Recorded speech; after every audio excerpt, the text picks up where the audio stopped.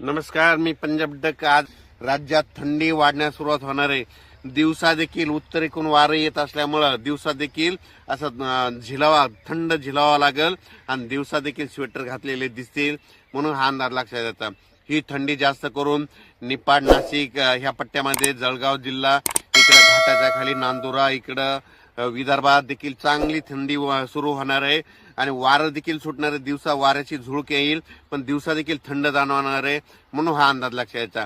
मग राज्यातल्या सर्व शेतकऱ्याला सांगू इच्छितो की परत ऊसतोड कामगारांचे काल फोन आले, काही कर्नाटकच्या तूर काढणाऱ्यांचे फोन आले की आमच्याकडे ढगाळ वातावरण आहे, कर्नाटकला पाऊस येईल का? तर कर्नाटक असो की महाराष्ट्र असो, फक्त आज आणि उद्याच्या दिवसात ढगाळ वातावरण राहणार आहे. परत 7 डिसेंबर पासून मात्र 20 डिसेंबर पर्यंत चांगली अशी थंडी वाढतच जाणार आहे, म्हणून हा अंदाज लक्षात द्यायचा. ज्यांच्याकडं हरभरा असेल तर तुम्ही त्या हरभऱ्याला पाणी देऊ शकता, त्याच्यानंतर त्याला फवारणी देखील करू शकता. कारण की वातावरणामध्ये धुई असल्यामुळं त्याच्यामुळे फटका बसतो, म्हणून वेलवर्गीयवाल्यासाठी आबाळ चांगला असतं, ऊस उगवण्यासाठी आबाळ चांगलं असतं. पण जे फुलाव पीक आलेले त्यांना मात्र त्या धुईचा थोडा फटका बसतो, म्हणून तुम्ही एक बुरशीनाशकाची फवारणी केली तर काही हरकत नाही. पण राज्यात मात्र सध्या सांगायचं झालं तर पूर्व विदर्भ, पश्चिम विदर्भ, दक्षिण महाराष्ट्र, उत्तर महाराष्ट्र, कोकणपट्टी, खानदेश सगळीकडं आता जवळपास आज आणि उद्याच्या दिवसात ढगाळ वातावरण राहणार आहे. असं वाटेल पाऊसच येतो की काय, पण पाऊस काही येणार नाही.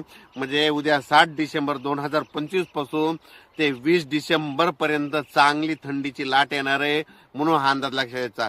परत राज्यात पाऊस काही येणार नाही, ह्या डिसेंबर मध्ये देखील पाऊस येणार नाही, म्हणून हा अंदाज सर्व शेतकऱ्यांनी लक्षात घ्यायचा. यावर्षी थंडी जास्त असल्यामुळं थंडीमध्ये एक गव्हाचं पीक, चण्याचं पीक हे चांगलं येऊ शकतं, म्हणून हे एक माहिती असा म्हणून सांगत आहे. कोल्हापूर, सोलापूर, सांगली, सातारा, पुणे, अहिल्यानगर, इकडं नाशिक, निफाड ह्या पट्ट्यातल्या शेतकऱ्याचे फोन येत होते. द्राक्ष शेतकरी, डाळिंब शेतकरी, तर हे ढगाळ वातावरण किती दिवस आहे, ऊन पडणार आहे की नाही, तर त्यांच्यासाठी आनंदाची बातमी, उद्यापासून चांगलं सूर्यदर्शन होणार आहे. मग उद्यापासून सूर्यदर्शन झालं त्यानंतर चांगली थंडी देखील येणार आहे, म्हणून हे लक्षात येतं. नसता काय होईल की एवढं असं हे ढगाळ वातावरण असल्यामुळं सूर्यदर्शन नाही, तर त्याच्यामुळे चांगलं असं दिवसभर चांगलं सूर्यदर्शन होणार आहे, म्हणून त्यांच्यासाठी देखील आनंदाची बातमी. राज्यात मात्र पश्चिम महाराष्ट्रातल्या, उत्तर महाराष्ट्रातल्या शेतकऱ्याला सांगू इच्छितो की तुमच्याकडे आजच्या दिवस आणि उद्याच्या दिवसात ढगाळ वातावरण राहणार आहे.